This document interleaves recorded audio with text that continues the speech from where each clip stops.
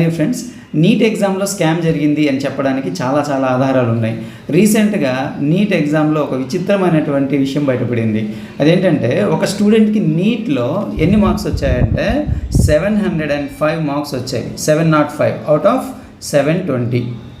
NEET exam గురించి కొద్దిగైనా అవగాహన ఉండే వాళ్ళకి ఈ 705 మార్క్స్ యొక్క ఇంపార్టెన్స్ ఏంటి అనేది తెలుస్తుంది. జనరల్గా 705 మార్క్స్ వచ్చాయంటే ఆ స్టూడెంట్ దాదాపు 720 తెప్పించుకోవడానికి పెద్ద కష్టం కాదు. అంటే పర్ఫెక్ట్ స్కోర్ తెప్పించుకోవడం పెద్ద కష్టం కాదు. 705 మార్క్స్ వచ్చాయంటే ఆ స్టూడెంట్ 2-3 ఇయర్స్ నుంచి డే అండ్ నైట్ తపస్సు చేస్తే కానీ ఆ మార్క్స్ రావు. అలాంటి స్టూడెంట్కి టెక్స్ట్ బుక్లో ఉండేటువంటి లైన్ టు లైన్ కాన్సెప్ట్ మీద అవగాహన ఉంటుంది. అది ఫిజిక్స్ కానివ్వండి, కెమిస్ట్రీ కానివ్వండి, బాటనీ కానివ్వండి, జువాలజీ కానివ్వండి.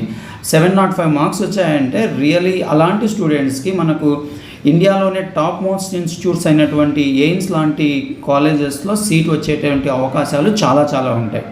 మరి అలాంటి స్టూడెంట్స్కి ఇంటర్మీడియట్లో ఎన్ని మార్క్స్ వస్తాయి, +2లో ఎన్ని మార్క్స్ వస్తాయి అని ఎవరైనా క్వశ్చన్ వేస్తే మన సమాధానం ఏంటి?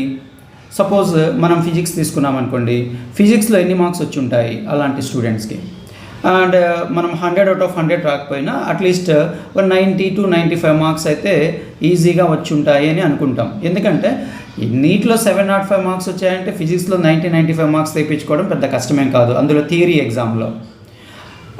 అదే కెమిస్ట్రీలో కూడా ఆల్మోస్ట్ మనము సేమ్ నంబర్ ఆఫ్ మార్క్స్ని మనం ఎక్స్పెక్ట్ చేయొచ్చు. సో మరి విచిత్రంగా నీట్లో 705 ర్యాంకింగ్ వచ్చినటువంటి ఒక స్టూడెంట్ థియరీ ఎగ్జామ్లో ఫిజిక్స్లో ఫెయిల్ అయిపోయారు. ఎన్ని మార్క్స్ వచ్చాయో తెలుసా? 21 మార్క్స్. అలానే కెమిస్ట్రీ కూడా ఫెయిల్ అయ్యారు, దాంట్లో 31 మార్క్స్. ఫిజిక్స్ కెమిస్ట్రీలో ఫెయిల్ అయినటువంటి ఒక స్టూడెంట్ నీట్లో 705 మార్క్స్ వచ్చాయంటే ఇది ఎవరికైనా నమ్మశక్యంగా ఉందా? అసలు ఉంటుందా? దీన్ని బేస్ చేసుకొని మనము ఏం ప్రిడిక్ట్ చేయొచ్చు? ఖచ్చితంగా నీట్ పేపర్ లీక్ అయింది, ఇక్కడ ఏదో స్కామ్ జరిగింది అని మనం ఖచ్చితంగా అయితే చెప్పగలము. ఇలాంటి అంటే ఎలిజిబిలిటీ ఎటువంటి రకంగా కూడా ఎలిజిబుల్ కానటువంటి ఇంటర్మీడియట్లో ఫెయిల్ అయినటువంటి ఒక స్టూడెంట్ నీట్లో 705 మార్క్స్ వచ్చాయనంటే మరి డే అండ్ నైట్ కష్టపడి రియల్గా హార్డ్ వర్క్ చేసి చదివినటువంటి స్టూడెంట్స్ యొక్క పరిస్థితి ఏంటి?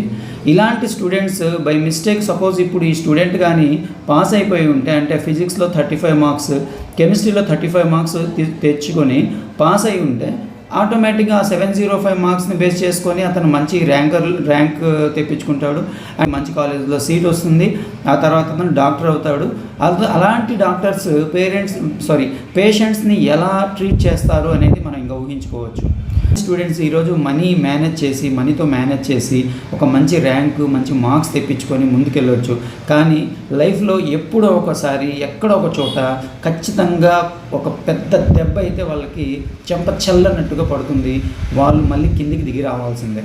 సో నేను 10th క్లాస్లో ఉన్నప్పుడు మా తెలుగు సార్ చెప్పేవాళ్ళు, అంటే జస్ట్ ఒక ఎగ్జామ్ పెట్టాలన్నప్పుడు కొంతమంది కాపీ చేస్తుంటారు కదా, వాళ్ళ గురించి మా తెలుగు సార్ చెప్పారు, అరే ఈరోజు నువ్వు యూనిట్ ఎగ్జామ్స్లో, క్వార్టర్లీ, హాఫ్ ఇయర్లీ ఎగ్జామ్స్లో కాపీ కొట్టొచ్చేమో కానీ ఫైనల్ ఎగ్జామ్లో కానీ లేదంటే ఆ తర్వాత వచ్చేటువంటి వేరే ఎగ్జామ్స్లో కానీ ఎప్పుడో ఒకసారి మీరు దెబ్బతింటారు. కాబట్టి దానికి బదులు మీరు తలదించుకొని ఇప్పుడు చదువుకోవడం నేర్చుకోండి అని చెప్పేసి మా తెలుగు సార్ చెప్పేవాళ్ళు. అండ్ అప్పుడు అతను ఒక చిన్న స్టేట్మెంట్ చెప్పారు, తాతాచారుల ముద్ర భుజం తప్పిన వీపు తప్పదు అని.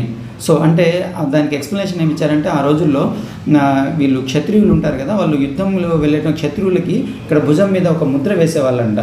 ఆ ముద్ర ఎలా అంటే ఒక ఐరన్ ఆబ్జెక్ట్ని బాగా కాల్చి దాన్ని భుజం మీద ఒక ముద్ర వేస్తారు, అంటే వాళ్ళు క్షత్రియులు అని ఐడెంటిఫై చేయడానికి.